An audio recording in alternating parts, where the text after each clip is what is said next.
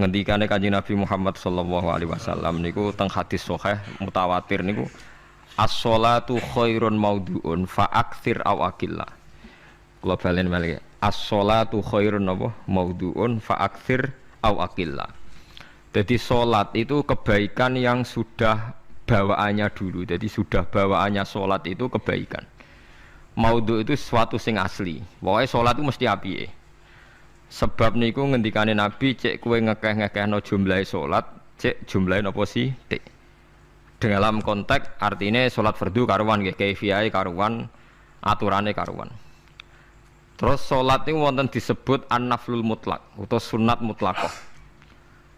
An-naflul mutlak atau sunat mutlaqah itu pantangannya hanya 3, enggak boleh ba'da subuh hatta tatlu asyamsu nggih sampai srengenge napa mlethek. Enggak oleh pas waktu zawal. Nggih niku antarane mriki pinten nak dhuwur nggih 12:05 menit nggih. Wis pokoke meh dhuwur niku mboten angsal. Ini jenenge wektu napa? Zawal. Terus nomor 3 ba'da asar nganti napa? Surupe napa? Srengenge. Larangan 3 salat ini bisa dibatalkan kalau ada sebab yang mukorin. Misalnya bar ngasar kok ana wong mati. Berarti kita angsal salat napa? Jenazah. Utawa kowe bar subuh mlebu masjid terus dia wudu. Niku ana ulama sing darani tetep salat tahiyat napa? Masjid. Mergo sebabe nggih dukhulul masjid. Jadi hanya ada pantangan niku wau. Niki rungokno tenan nggih. Nah terus yang menjadi kontroversi mulai zaman ulama ngantos sakmangke itu kaifiyah kados traweh. Wis ora usah tersinggung niki ilmu.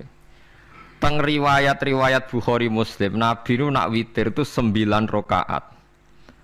Lam yakut min hunna fi akhirihinna illa wahidan. Di Nabi nate salat witir itu 9 rakaat enggak duduk sama sekali, mau terakhir duduk pas ke-9 terus salam.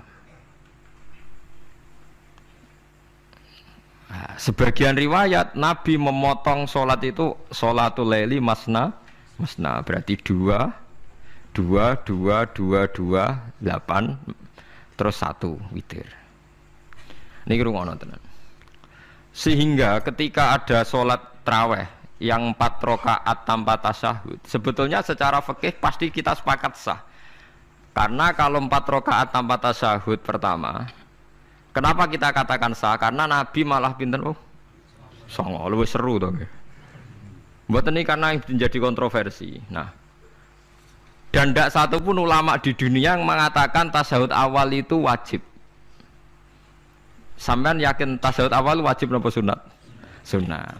Artinya khasnya hukum sunat itu gimana? Kalau ditinggalkan tidak batal. Berarti misalnya ono tarawih 4 rakaat berturut-turut, berarti tidak ada masalah karena yang ditinggal artinya tasyahud awal yang kita yakin itu hanya sunat. Tapi dasar ra cocok itu didadekno masalah kan. Dalile apa ya? Dalile ra cocok. Lah sing darani masalah padahal darani tasyahud awal iku sunat. Kowe salat zuhur tasyahud awal sunat atau wajib? Sunat. Nak sunat tuh khas ya, ditinggal batal lho ora? Mboten. Tapi nak sing ra cocok ya batal. Hukum ono cocok ra cocok. Mboten iki kula terangno. Nah, traweh itu yang kontroversi ini teng kitab Majmu' karangan Imam Nawawi. Ya akal-akalane tiang-tiang niku. Kula nganti sakniki kan mboten nate ngimami, tapi nggih tak kandhani imam. Supaya ke niat ngakali pangeran. Tapi pangeran bakali ya ora kena. Ngeten, ini dawuh Imam Syafi'i. Tarawih itu kalau terakhir kan pinten 3 rakaat ya. Kan 2 rakaat dulu. Lalu pas 2 rakaat itu pas witir, yang witir kok tarawih. Yang terakhir witir 3 rakaat itu 2 rakaat sampean niate witir napa-napa? Witir. Setelah 2 rakaat sampean salam ndak? Salam. Itu menjadi sholat teraneh di dunia.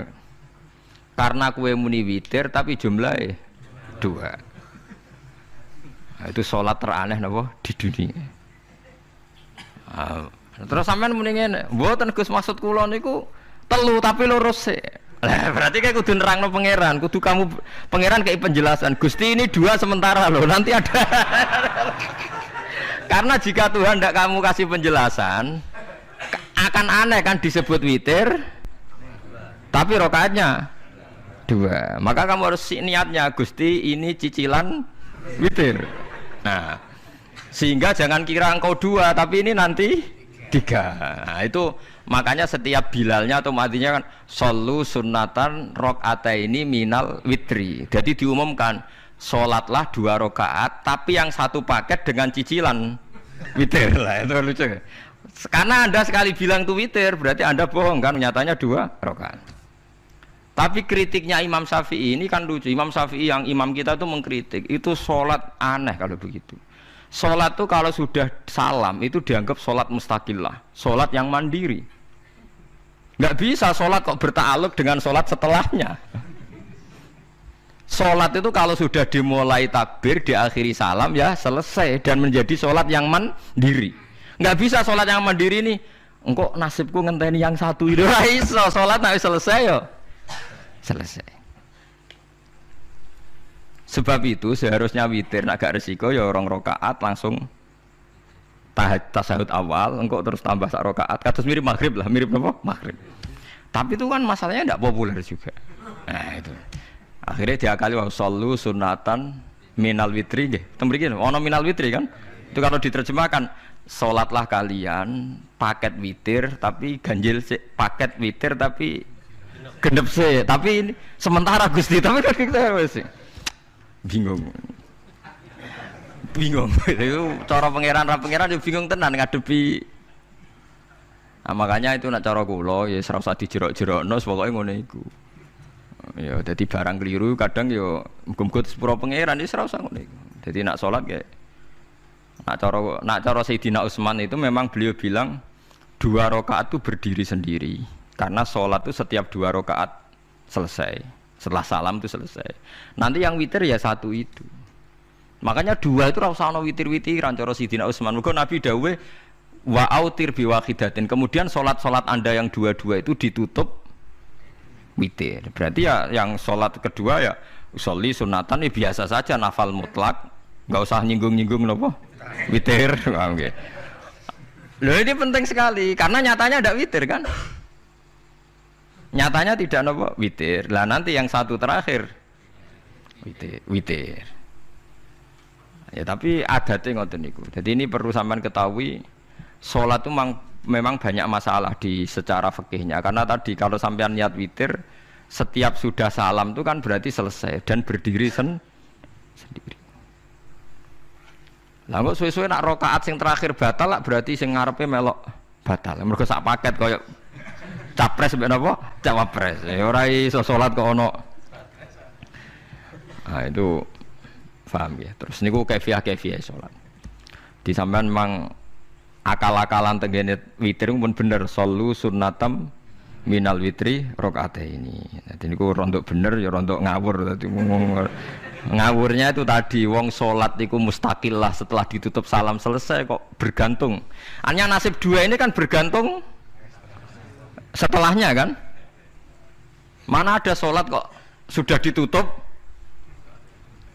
berkaitan. Mulane kula niku nak witir ya ora tau tak niati witir. Wong kula ora cocok mbek pengumuman niku ora pati cocok. Dadi kula tapi kan kula makmum, ora malah dihisab kan cara salah ya. Usolli sunatan anut imam teng ati kula pun supaya nah ame salah ya malah salah, nak bener ki melok napa? Bener tepak-tepakan wonten mawon. Jadi kalau ini wong alim fikih tapi paling tersiksa. Aku kalah mbek adat, kalah mbek napa adat. Nentang adat ora apik. Jare Nabi kono umume wong ya melok umume wong. Nek wong bento ya melok napa bento. Nah itu ngintikan Imam Syafi'i harusnya punya rasa malu orang yang mengatur sholat sedemikian rupa. Sebetulnya sholat itu niatem salah lah, kelira-keliru. Lawung sholat itu wis apik, ora usah detail-detail napa niat. Lalu dari Imam Syafi'i kowe mlebu masjid niat duha ya untuk tahiyat masjid, niat tahiyat masjid nek waktu duha ya untuk duha. Karena wis barang apik, wis piye-piye tetep apik. Ngono, dadi ora usah ribet-ribet niat ngono wong barang apik. Paham ya? Tapi kan sederhana kan sebenarnya kita tidak perlu bulat. Tidak perlu apa? Bulat. Paham ya? Terus ini penting. Nah, terus yang ketiga masalah kesunatan jamaah dan tidak. Ini kalau terang detail. Menurut hukum fikih, tahajud itu jelas gak disunatkan jamaah. witir juga enggak disunatkan jamaah.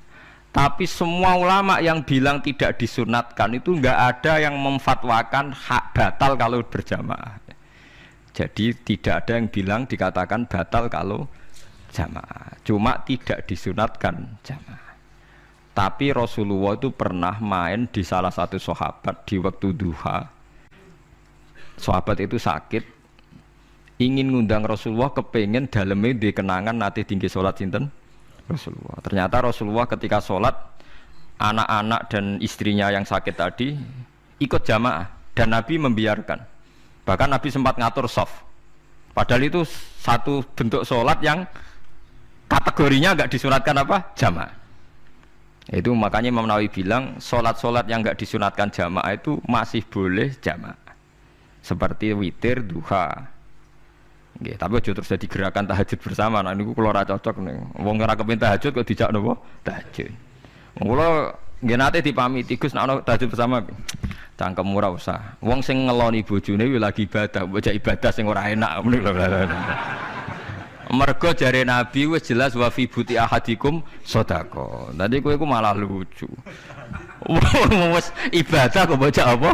Ibadah. Jadi sing ngeloni, lho ngeloni ra kudu ngeloni bojo, ngeloni anak iku ya napa? Ibadah. Takokno ruhen. Nak ngeloni bojo gak di masa depan ngeloni apa? Anak. Ngeloni anak nggih napa? Ibadah. Ning omah jaga anak bojo timbang dhewean nggih napa? Ibadah. Mulane kula nu rapati cocok nek ana tahajud bersama. Oleh tapi aja dadi gerakan. Nak sing pun nglampahi nggih monggo. Sing umate seneng nggih monggo, itu tetap baik. Tapi baiknya bergantung sejauh mana ini tidak dimasalkan. Sekali dimasalkan tetap tidak napa baik. Karena nanti punya akibat yang sedang baik diajak baik yang lain, dari baik nikmat menjadi baik gremeng, itulah itu perkara kan. Hanya orang kan sepakat kan nak ngumpuli bojo ibadah, kabeh ulama sepakat kan. Dan itu penggemarnya banyak. Terus dijak ibadah yang penggemarnya sedikit. Dasar imamnya ra cocok lah, itu kan resiko agama dikomentari kan tinggi. Makanya tidak usah dimasalkan. Sing kelon ya keben, sing turu gitu apa? Keben karena turu ya ibadah kan. Turu niku mari ra maksiat. Wong zina mergo ora turu. Wong maling mergo ora turu. Wong ngrasani wong mergo ora turu. Mulane kula nate cerita teng ngaji niki ana ulama wali.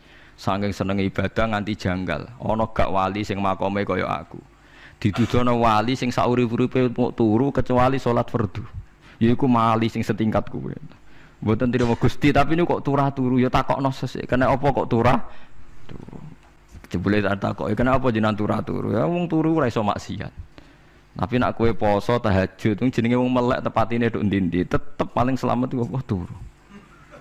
Akhirnya ngakoni dene. Jebule alim kuwe lah ya dadi turu iku iso dadi wali. Go wong turu ora ngarah zina, ora ngarah maling, ora ngarah ngrasani wong.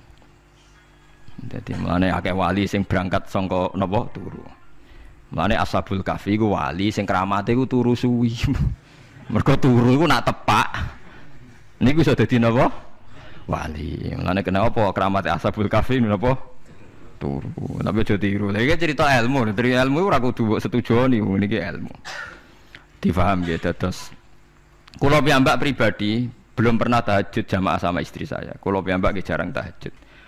Tapi memang saya beritahu kalau sholat-sholat yang kesunatannya itu tidak jamaah, sebaiknya jangan dipaksakan jamaah.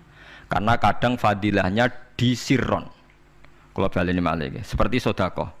Kalau zakat wajib itu sebaiknya diumumkan supaya orang tahu bahwa dia sudah melakukan kewajiban. Tapi kalau zakat tidak wajib sebaiknya sirron, sebaiknya rahasia. Begitu juga sholat jamaah itu kenapa baik di sholat fardu? Karena kalau yang tidak jamaah kan dikira dia tidak sholat. Makanya kesunatannya sholat fardu napa jamaah. Tapi selalu potensi riya, sum'ah, pamer itu ada sehingga ada sholat-sholat yang dari awal didesain supaya tidak kelihatan orang. Yaitu sholat nggak usah berjamaah plus baik di rumah. Semua ulama ijma sholat sunat itu baik di rumah apa di masjid? Di rumah. Di rumah, di dalam kamar sama di kamar tamu, ruang tamu baik di dalam kamar. Bahkan Nabi nyebut sholat fiko ibaitiha di kamar paling dalam.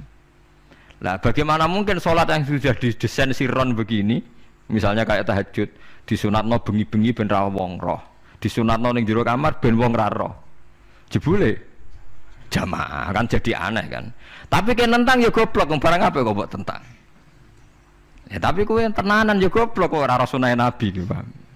Mulane nek ora takok itu yang jenengan takoki kok ngubang-ubang. Lha makane aku wong alim dadi bingung. Bingunge iku mergo akeh ilmune ora kok koyo bingungem.